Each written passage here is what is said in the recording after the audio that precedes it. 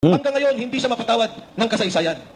Eh itong nakaupong Pangulo natin, isang presidente na walang ginawa, nagnakaw, kundi presidenteng traitor. Traidor ka, Bongbong Marcos. Anak ka ng kagwang ka. Iyan ang sabi ni Mike Defensor Santiago sa kanyang talumpati dyan sa Davao City. Pero hito, Senator Amy Marcos humingi ho ng tawad sa pamilyang Duterte dahil sa ginawa ni Bongbong Marcos na hinayupak na ito sa pagtraidor kay Tatay Digong, kay Vice President Inday Sara at sa taong bayan. Alam mo ho, sa totoo lang mas gusto ko po yung sinabi ng isa sa mga apo ni Tatay Digong na ang sabi niya, walang kapatawaran ang ginawang kademonyuhan ng mga Marcosis sa pamilyang Duterte. Na kahit kapu-apuhan, sa huling kapu-apuhan ni Bongbong Marcos ay hindi ho ito mapapatawad. Pero ngayong araw, si Amy Marcos humingi ng tawad sa mga Duterte. Ang tanong, papatawarin ba ng mga Duterte ang mga ito? Ang dami na hong ginawa ho, ng hinayupak ng mga Marcosis sa mga Duterte. Pagpapakulong at pagkidnap kay Tatay Digong, impeachment labang kay Inday Sara, panggugulo sa Davao City, ginawa na ho nila lahat yan. Walang kapatawaran ho ito. Dapat pagbayaran ho ng pamilyang Marcos ang ginawa ho nila sa tinuturing bayani, buhay na bayani ng maraming Pilipino na si Rodrigo Duterte. Magandang gabi po sa ating lahat. Palike po muna, pa-share, pa-subscribe at pakipindot po ang inyong notification bell para lagi po kayong updated sa ating mga video. Bisdak Historiador, pangalawang YouTube channel ko po, pa-subscribe din po. Pakinggan po muna natin itong banat ni Atty. Torion laban po sa mga kongresistang gustong i-impeach si Vice President Inday Sara Duterte, na utak nga ho dito ang pamilyang Marcos. Na ang sabi po ni Atty. Torion, ito ay double standard. Narito po, pakinggan po natin ang magaling na abogadong ito. Yung idinulog ninyo sa Korte Suprema na may kaugnayan dito po sa impeachment versus VP Sara? Well, sa ating mga kababayan, magandang gabi po sa kanilang lahat. Idinulog po natin yun sa Korte Suprema, 188 pages po yun na petisyon. Dami, Kasi nga po sa tingin natin ay may grave abuse of discretion amounting to lack or excess of jurisdiction po ang ginawa yung House of Committee on Justice. Alam niyo po, under the 1987 Constitution, Article 8, Section 1, ang Korte Suprema po ay binigyan ng kapangyarihan ng ating saligang batas ng ating 1987 Constitution to look into the actions of other branches of government, including the House of Representatives and even the Committee on Justice, if they are performing within the allocated powers that they have under the 1987 Constitution. Now, kung sumobra na sila, katulad sa ginawa nito, pwede tayong dumulog. No? Any citizen, maski sino po, ay pwede pong dumulog, any taxpayer or citizen, doon sa Korte Suprema, kaya para questionin ito, para hindi po maging abuso, walang grave abuse of discretion. Ito yung ginawa natin. Bakit natin ginawa ito? Una, dapat nga po, yung threshold level pa lang ng trabaho ng Committee on Justice, at the very least, yung third and fourth impeachment complaint, dapat dinismiss na po yun. Ano po yun? Kasi wala pong sufficiency in form and sufficiency in substance. Ipaliwanag ko lang sandali yung third complaint, dapat dismissible outright yun. Kasi nga po, sa rason lang, na yung nag-endorse noon ay si Congresswoman Dilima. Siya din yung nag-endorse doon sa second complaint. Ang sabi pa nga niya, yung third complaint ay improved version daw. Ang mali po nito, ang endorsement kasi isa sa cross-rank sacred process. Ito po yung constitutional filter po. Ano yung constitutional filter? Dito po sana sinasala ng ating mga congressman kung ang kanilang complaint na pipirmahan ay naaayon ba doon sa mga allegations na mag-equivalent to the crimes of grave violation of Constitution, graft and corruption, bribery, other high crimes, no, na mga constitutional impeachable offenses. So pag certify nila, pag endorse nila, it is as if they already filtered it and they believe to their heart and mind, certify that they are actually, the complaint is already fit to be filed, no, in the House of Representatives because it charges, it has ultimate facts charging the impeachable crime. Hindi naman po pwede na endorse siya sa second complaint. At the same time, I am also endorsing the third complaint. Violation po yan. Akin yan to a violation on non-forum shopping. Oo. Hindi po pwede na i-certify mo itong isa and at the same time certify din itong isa. Hindi na constitutional filter yan. Conveyor belt na yan. Maski you will use the endorsement process as an avenue, as a chance for you to, politically harass a political opponent, which is actually done here. Yung fourth complaint naman, reiteration lang ng mga complaint doon sa previous na, na complaint na na-dismiss na, at saka, maski sa first, second, and third, meron lang dinagdag yung affidavit ata ni Madriaga. Pero ang mali kasi doon, sa tingin natin, ay ito, no? Yung mga allegations doon ay walang ultimate facts na nagsasaad under Article Rule 3, Section 5 ng rules ng House of Representatives on impeachment na may mga allegations sufficient na mag-charge ng mga impeachable offenses such as grave violation of Constitution, graft and corruption, bribery. Kasi yun ang dapat na batayan. Bakit yun ang dapat na batayan? Doon kasi sa impeachment complaint ni Presidente Marcos, sabi nila, dinismiss nila kasi wala daw ultimate facts, wala daw sapat na ebidensya, wala daw sufficient nexus, wala daw sufficient linkage yung mga krimen na nakasaad doon with respect to Presidente Marcos. Oh, ganun pala Wala palang ultimate facts Eh bakit pag sa kay Marcos, dinismiss nila kaagad. Dito kay Vice President Sara Duterte, hindi nila dinismiss. Nag-issue pa sila ng mga sabpina para mangalap ng mga ebidensya para palakasin yung complaint. Ginawa ba nila yun kay Marcos? Hindi. Hindi. Eh bakit nila gagawin ito ngayon kay Vice President Sara Duterte? Hindi ba violation ito ng Equal Protection Clause of the 1987 Constitution? Yung rules, yung contours, limits ng power ng House of Representatives, mag-apply yun maski sino ang respondent. Hindi po pwede na stricto ka masyado doon kay Marcos at saka ilax mo yung mga requirements mo dito kay Vice President Sara Duterte. Violation yun ng Equal Protection Clause of the 1987 Constitution. Ang tawag doon, double standards nga. Pagka Inday Sara, pwedeng maghanap di umano ng mga ebidensya, magsubpina para palakasin yung complaint ng mga hinayupak na ito, ng mga buhayang ito. Pero kay Bongbong Marcos, wala na, hindi na kailangan, basura agad, kahit may ebidensya at hindi pa nga ho tinanggap yung impeachment complaint nila ni Topacio. Pero nung katindi, dahil pinoprotektahan po nila ang kanilang poon na buhaya, kawatan. O tuloy, attorney, Torion.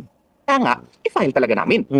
Maski nga hindi kami nagkonsulta doon kay Vice President Sara Duterte, pwede ba namin gawain yun? Pwede natin gawain yun kasi we are citizens of the Republic. Yung matasaad under Article 11, Section 3 is one of the ways by which a citizen can directly seek the support of the Supreme Court, the help of the Supreme Court, in actually questioning grave abuses of discretion amounting to lack or excess of jurisdiction of the acts of the other branches of the government. At saka, ito po yung pinaka-correct na example.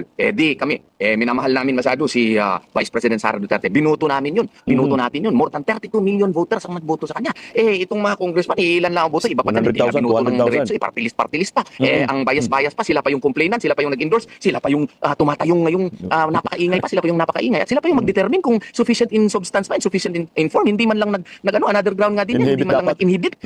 Pwede ba yun na sila na ang magiging investigator, sila na ang magngangalap ng ebidensya para palakasin, para ipahiya pa masyado si Vice President Sara Duterte na hindi naman yung sakop ng kanilang mga powers and authorities under the 1987 Constitution. So siyempre, mag-file kami ng kaso. Kaya natin ginawa yun. What is good for the gander should be good for the goose. Meaning, kung anong standard na in-apply nyo yung pag-dismiss doon sa kaso against kay Presidente Marcos, dapat ganun din yung standard na ginamit ninyo kay VP Sara Duterte. Kaya nag-file tayo. Kaya nga, para iiyak naman si Redondito at si Luistro may utang kay Vice President Inday Sara Duterte. Ginago nila si Inday Sara, yun yung utos ni Marcos eh. Yan yung utos ni Baki, yan yung utos ni Sandro Marcos, yan yung utos ni Bungit, Lee Satanas. Na dapat kayong mga buhaya kayo, nag-enjoy kayo ng malita, i-impeach po ninyo. Si Inday Sara, wag na kayong dumaan sa tamang proseso, hanapan nyo ng butas itong si Inday Sara. Yan ho ang nangyayari ngayon eh. Kaya itong nangyayari sa mga Duterte, ang pakanaho talaga ito, itong mga animal na mga traidor na mga Marcos. Lalo ka na Mangga, putang ina, si Mangga, humingi ng suri ngayon eh. No? Ang tanong, mapatawad kaya kayo ng mga Duterte? Lo ninyo, hindi ho kayo mapatawad ng mga Duterte. Pero bago natin pakinggan, itong paghingi ng kapatawaran ni Amy Marcos, binanatan din ni Mike Defensor ang mga buhaya na double standards ayon kay Attorney Torion. Pakinggan ho natin. Tayong lahat, saksi, sa tapang, Sige lang. Ito pala, sorry. Nung pong pinag-uusapan kay Sara Duterte, ang sabi nila, COA, Commission on Audit, unliquidated funds. Kami ni Secretary Esperon, nagkabinete. Tumadaan po kami sa ganyan. Kung minsan, may ginastos ang departamento mo, kailangan mong ayusin ang liquidation. Exactly. Totoo po yan. Pero may sinabi bang korupsyon? Wala. Wala. May sinabi bang ninakaw? Wala. Wala. Pero, eto ho, ipapantay ko yung usapin na ginagawa nila. Ang unliquidated kay VP Sara Duterte ay 75 billion pesos. 75 na lang ang kailangan niyang ayusin. Yung dokumento para ayos na sa COA. Aprobado na ang COA. Magugulat kayo. Department of Agriculture, unliquidated, disallowed. Disallowed na po ha. Hindi pa unliquidated, disallowed. 8 billion pesos. Puta, 8 May billion. investigasyon ba? Wala. Pagkano sa DSWD? Yung mga nagbibigay ng IX, Tupad. tupad, unliquidated, disallowed, 8 billion. 10.5 billion pesos. Ay, 10.5 billion, anak ng kamote. May Billion, ginawa no? pa Kongreso. Sa DPWH, magkano ang unliquidated? 17 billion pesos. Puta. May ginawa pa Kongreso? Wala. May ginawa pa Senado? May impeachment pa? Wala. Kaya kitang-kita mo, ang liit ng ahensya ng Vice Pangulo, etong mga ahensyang malalaki, ayaw imbestigahan. Hindi pa yon. Si Chairman Luistro, May utang. ano tawag mo sa kanya? Hindi mo si Auntie Claire. Si Chinky, Chairman Luistro ng Justice Committee. Anong sabi ng mga sundalo? Tumatanggap ng pera. Nakita nila, tumanggap ang chairman ng Justice Committee na ngayon ay naglilitis kay Sara Duterte. Puta, ina. Inimbestigahan pa nila. Malitagang. Hindi. Hindi siya dapat nakaupo dyan. Alis dapat. Umalis siya dyan bilang chairman ng Justice Committee. Dahil bakit? Ang sabi ng saligang batas, pantay-pantay. at dapat patas ang pagtingin ng mga korte. Ang sabi ng rules of court, yung pong mismong binabantayan nilang altuntunin, pantay-pantay, walang bait ng pamumulitika. Ngayon no, anong sabi ng 18 Marines? Ang delivery, 3 beses isang linggo, magmula 2022 hanggang 2025. Magkano per delivery? 500 billion pesos hanggang 4 billion pesos. Sa isang buwan, sa isang linggo lang, ilagay na lang natin na 1 bilyon. Ang delivery ni Saldico kay President Bongbong Marcos, kay Speaker Martin Romualdez, 3 bilyon kada linggo. 12 billion a month, 12 bilyon. May investigasyon ba? Meron ba silang pinatawag sa Blue Ribbon Committee? Pinatawag ba ng Kongreso? Wala. Bakit ganito ang klase ng sitwasyon ng ating bansa? Bakit ganito ang nangyayari sa Kongreso? Ayaw mag-imbestiga, pero pag si Inday Sara na napakaliit, grabe ang tutok nila. Yung bilyon-bilyon na bigayan, ayaw nilang tingnan. Pagdating sa Blue Ribbon, sa Senado, ayaw ipatawag ang mga sundalo. Ayaw nilang alamin ang bilyon-bilyon na delivery. Ang pera pong yan ay puwis ninyo. Ang perang yan ay pera ninyo. Yan na nga masaklap eh. Bilyon-bilyon yung kinukulimbat ni Bangag, Martin Romualdez, Saldico, Lisa Satanas, at iba pang mga buhaya dyan sa Committee on Justice, kagaya ni Luestro, na nadeliveran din, kagaya ni Abante, na nadeliveran din. Ay putang ina, no? Hindi sila inimbestigahan. At sila pa ho nag-imbestiga kay Vice President Inday Sara. Ginago. Ang maraming Pilipino ho dito eh. Katarantaduhan naman ho ito eh. Inday Sara, 75 million na lang ang unliquidated, no? Pero may mga ginagawa na po na supporting documents ang Office of the Vice President. Kaya nga nakatanggap sila unmodified opinion eh. Pero itong mga hinayupak na ito, DSWD, DPWH, bilyon-bilyon ang nililima sa kaban ng bayan, anak ng kagwang hindi man ho kinukulong.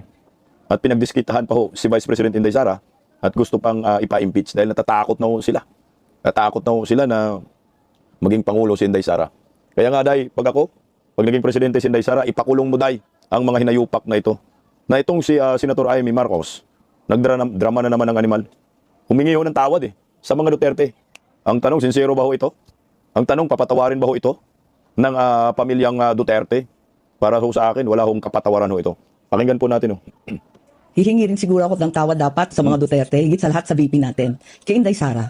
Pinahamak ko siya eh. Talagang naiisip ko na guilty ako. Sana nananahimik sa Davao yun. Mayor siya, walang kalaban-laban, walang hassle, walang gulo. Si Presidente, si Tatay Digong, nandito sana sa piling natin. Ang dami kong pagsisisi.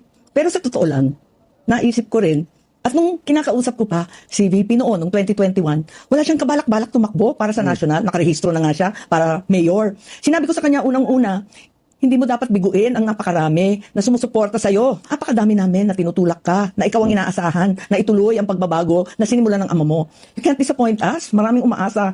Ikaw lang yung tanging pag-asa ng nakararami. Ikalawa, hindi tayo sigurado kung anong mangyayari. Tignan mo yung pamilya ko. Hindi mo naman iisipin na darating ang araw na uupakan kayo, yuyurakan ng pangalan. Talagang aping-api ang pamilya. Ganyan ang politika, brutal. Ngayon, nag-uusap kami. Sabi nga niya, pag nayayamot, sasabihin sa akin, kasalanan mo to eh, dinamay-damay mo pa ako eh. Sabi ko talaga, dinamay kita, para hindi ko naman akalain, magkakaganito. Higit sa lahat, isipin natin, kung mayor ka lang, ano kaya ang gagawin sa iyo? Anong gagawin sa syudad mo, sa Davao, sa buong Mindanao at Mindanawan? Mabuti nga, VP ka, kahit papano, number 2 sa buong bansa. May paninindigan, may tatayuan. At least, kahit papano, kahit inaapi, kahit ini-impeach, VP ka pa rin, nasa posisyon kang tumulong sa iba at ipaglaban kaming lahat. Ulol, para bang pinalabas ni Amy na, kung nag-mayor lang yung tinakbo, edi lalong aapihin ka. Butang na kung mayor tinakbo ni Inday Sara, akala mo naman magiging presidente itong si Bongbong Marcos, ulol. Alam mo kung mayor lang kunyari sabi, yunan ko lang itong si Amy Marcos kasi nga, masyado pong parang pinapalabas na dapat tama lang din, nagiging vice-presidente ka kasi kung hindi ka nagiging presidente at mayor ka lang, aapihin ka. Parang yun yung punto niya, hindi po mangyari yan. Kasi kung si Inday Sara ay mayor ang itinakbo, alam niyo po ba kung sino magiging pangulo natin ngayon? Si Bongo. Yun ang nakikita ko. Kung mayor lang si Inday, kasi ang PDP naghahanap ng presidential candidate. Wala naman silang ibang itutulak na pagkapangulo, kundi si Bongo. Si Bongo ang magiging pangulo ng ating bansa ngayon. Yan ang maliwanag. Yan si Bongbong Marcos. Hindi po yan mananalo. At hindi po makabalik sa Malacanang ang mga Marcoses kung mayor lang ang itinakbo ni Inday Sara. Kasi ang Mindanao, Visayas, magsusulit kay Senador Bongo. Kaya magiging resulta dyan, ang mga Marcoses hindi makabalik sa Malacanang at tatalunin at ilalampaso siya ni Senator Bongo. Yan ang maliwanag dyan.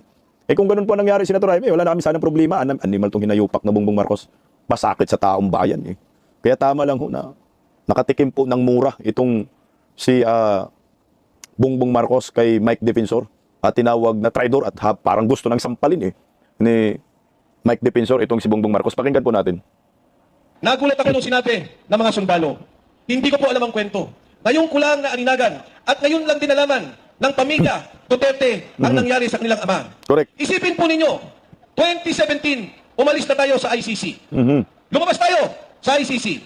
Sinimulan ang investigasyon kay Duterte 2023. Halos 5-6 na taon nang nawala na siya sa posisyon at wala na tayo sa ICC.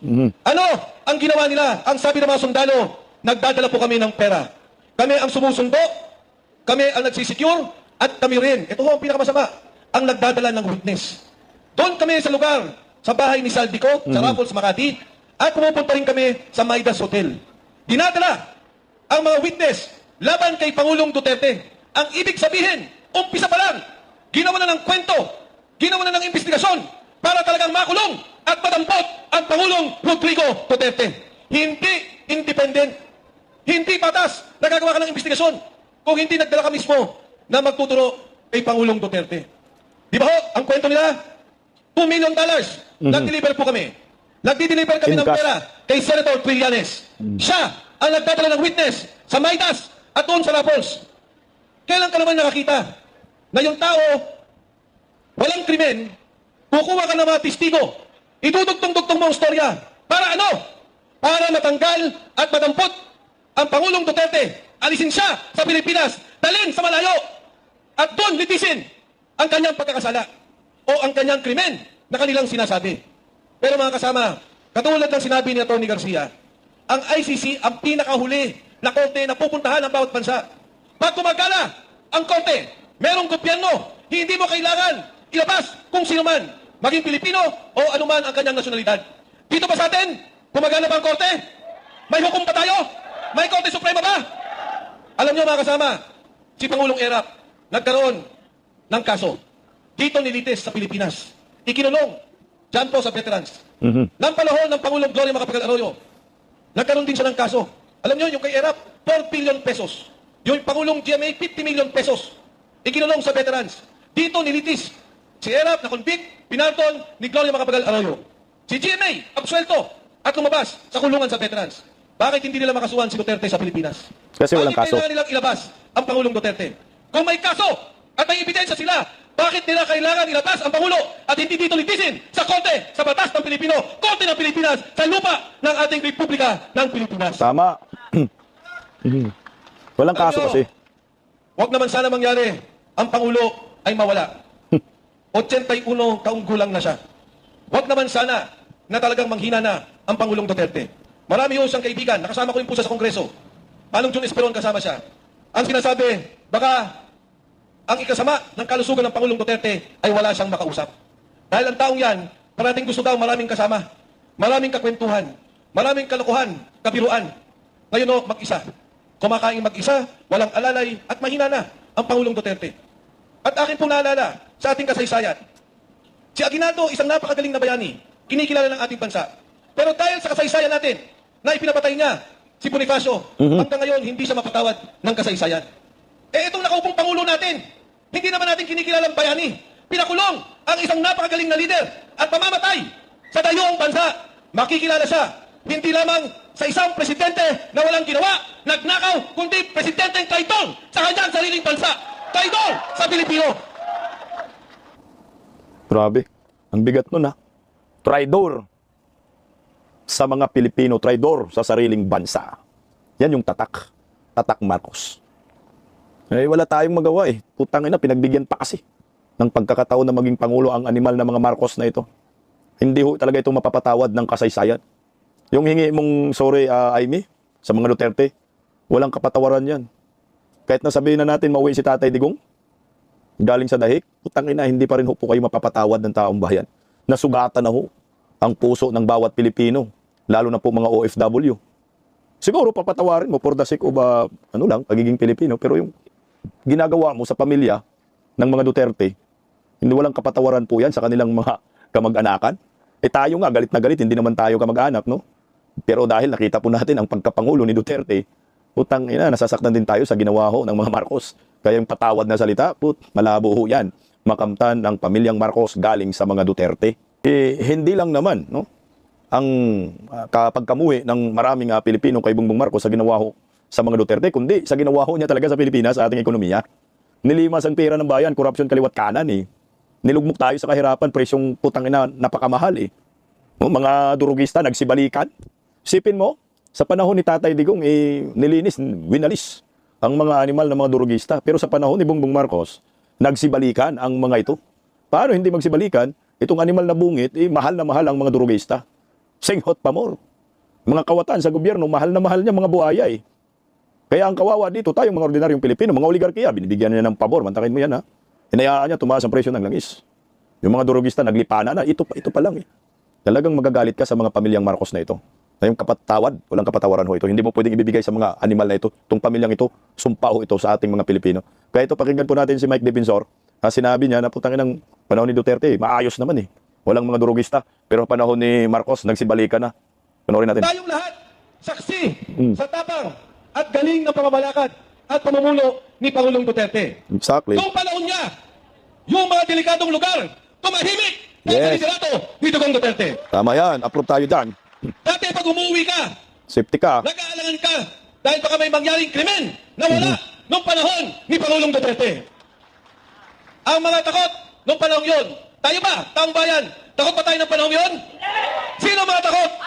Mga adik at pusher. Sino ang mga takot? Ang mga kriminal. Ngayon, bumalik na naman. Di po ba? Pag ako nakikipag-usap sa mga waiter, security guard, namamasada, anong sinasabi nila? Dati ho, tahimik na sa amin. Noong panahon ni Duterte, na wala pong inuman sa kalye. Hindi po kami nangangamba. Umuwi ng madaling araw. Pero ngayon, sir, sabi nila, bumalik na naman. Bumalik na naman ang sitwasyon na ayaw nila. Meron nga po lumapit sa akin. Babae, nagtitinda-tindera. Niyakap pa ako. Ang sabi, sir, ituloy mo lang yung ginagawa mo. Suportado ka namin. Ang sabi ko sa kanya, ikaw ba sa lugar mo, bumalik ang mga adik? Ang sabi niya, opo, ang dami na namang zombie sa lugar namin. Alam niyo, nagulat ako ang kwento niya. Noong panahon ni Duterte, pinakulong ko yung tatay ko. Sabi ko, pinakulong mo. Bakit hindi ka takot? Bakit ikaw ay suportado mo ang Pangulo? Ang sagot po niya, kesa po siya mamatay, isinuko ko siya. At nung pong nakakulong siya, huminto ang droga sa aming lugar, pati siya huminto sa pagiging adik. Sabi ko, nakalawas na ba ang tatay mo? Opo. Ano na? Kamusta na siya? Ngayon no, lumala na naman. Bumalik sa droga at ang dami na naman sa lugar namin, puro adik. Ito, magugulat kayo. Sa aming pong kumpanya, nung panahon ni Duterte, nag-testing sa droga. Wala. Nagpositibo. Meron isa, dalawa nagpositibo, natanggal sa pwesto. Dahil yun no, ang usapan. Yun ang kontrata nila na hindi pwedeng gumagamit ng droga. Ngayon no, kailan lamang nagkaroon ng testing. Nagulat ako, 20 ang positibo. Sa aming kumpanya. Pero dito kayo magugulat. Pagdating ng krame, confirmation, binabaan ang level ng sabu sa dugo. Kaya lahat pumasa na naman.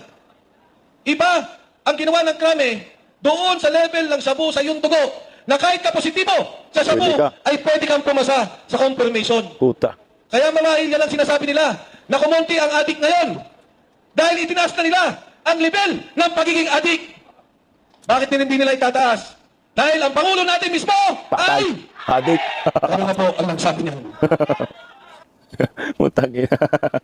Tama naman ho talaga. Ngumingi-ngiwi ang buwang. Kahit ang hair follicle drug test. Ayaw pa hair follicle drug test eh. Tapos meron pang banat yung animal eh. Yung ano daw, yung ligasiya daw niya. Sana ipagpatuloy ng susunod na Pangulo. Buwang ano bang ligasiya mo? Kaya binanatan siya ni ano dito, ni Kong Pulong eh. Sabi dito, Marcos Jr., nangangambang mabura ang kanyang mga ligasiya. Putang ina mo. Malaking pangamba ito para sa akin. Oh. Ang community, ang ating hangarin ay pinapangarap putang ina mo at pinagtrabahuan. Kung wala ito, babalik tayo sa lumang paraan ng pamamalakad. Putang ina mo. Kala mo naman ang ganda ng pamamalakad niya. Huy, adik. Huy, bangag. Yung pamamalakad mo, ginago mo ang taong bayan eh. Nakanang kamuti masyadong makapal ang mukha mo. Kaya binanatan siya ni Kong Pulong Duterte. Oh. Ang inyong ligasiya ay kung korupsyon. Kahinaan. kawalan ng kakayahang tugunan ang simpleng problema ng bawat Pilipino at ang pagiging nag-iisang bangag na Pangulo. Tangina talaga to. Sira ulo nga eh. Bangag na bangag. Pinagmumura na nga ho ng taong bayan to dahil tingnan mo naman ang presyo ng langis na ito. Diyos ko, animal talaga. BBM, putang ina mo, 140 na dito. Ayan oh, hindi ka ba mapamura diesel, 140 na sa probinsya? Diyos ko. Anong ligasiya mo, bangag ka? Yung 140 na diesel, ipagpatuloy natin. Okay, pagpatuloy ng susunod sa'yo na Pangulo, 140. Putang ina mo si Duterte, hanggang 54 lang yan, 45 lang yan eh. Pandemya pa yan, may digmaan pa, doble pa yun ha. May digmaan, may pandemya, pero ang presyo ng langis, diesel, crudo, gasolina, hindi po umaabot ng ganyang presyuhan. Yung 140 na diesel, walang ganyan. 45, 50 lang, hanggang dyan lang. Dalawang nangyayari kay Digong, nagyera yung Ukraine at Russia. Pati Middle East, may gera din yun that time. At pandemya pa. Nagmahal pambilhin, hindi.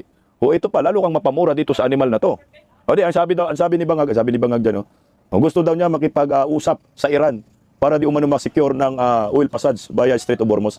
Kasi hindi kasama ang Pilipinas na pwedeng dumaan dyan. Paano ka makiusap? Paano ka pagbigyan ng Iran? Buang ka, tuta ka ng kano. Dadaan ka dyan, lo mo. Ang pinadaan lang po, India, China, Russia. Pero ikaw, manguyot ka na lang. Ang bubo mo sabi ni Pulong ito pa. Isus ko Ginoo. Yung piso, palitan ng piso kontra dolyar ngayon, mag-61 na. Sobra pa sa senior citizen. Paano ho yan? Ligasiya mo to? Na kailangan yung palitan ng piso kontra dolyar, 61, 70 na. Hindi po pwedeng babalik sa dati na 45 lang din. Anong ligasiya ng animal na to? Wala kang ligasiya, bangag. Ang pagiging ligasiya mo ay pagiging kawatan, pagiging kurakot at pambubudol sa bayan. Si Duterte, yung ligasiya na animal ka, hindi mo pinagpatuloy. Yung pinangako mong lahat ng nasimula ni Tatay Digong ay dapat ituloy nyo, pero hindi mo nagawa. Sino may ligasiya na dapat ipagpatuloy? Si Duterte, tingnan mo naman, ang birthday niya, daming bulaklak ko. Ayan o. Ganon. Birthday ni Bangag, meron bang ganyan? Wala kang ligasiya, Bangag. Oh, sipin nyo. Para kay Tatay Digong. Ayan, hindi po yan pera ng gobyerno, pera po yan ng mga ordinaryong Pilipino, mga OFW na nasa ibang bansa. Nagpadala ng bulaklak sa birthday ni Tatay Digong. Pero ikaw, Bangag, walang nagmamahal kayo, buwang ka, kawatan ka, kurakot ka. Ayun naman. Sino ang mailigasiya? Ito ang ligasiya. Duterte po. Yan, kita nyo. Mabuhay po tayo mga Pilipino. Yan yung ligasiya. Yan yung totoong ligasiya. Hindi yung ligasiya ni Bangag. Ayan o.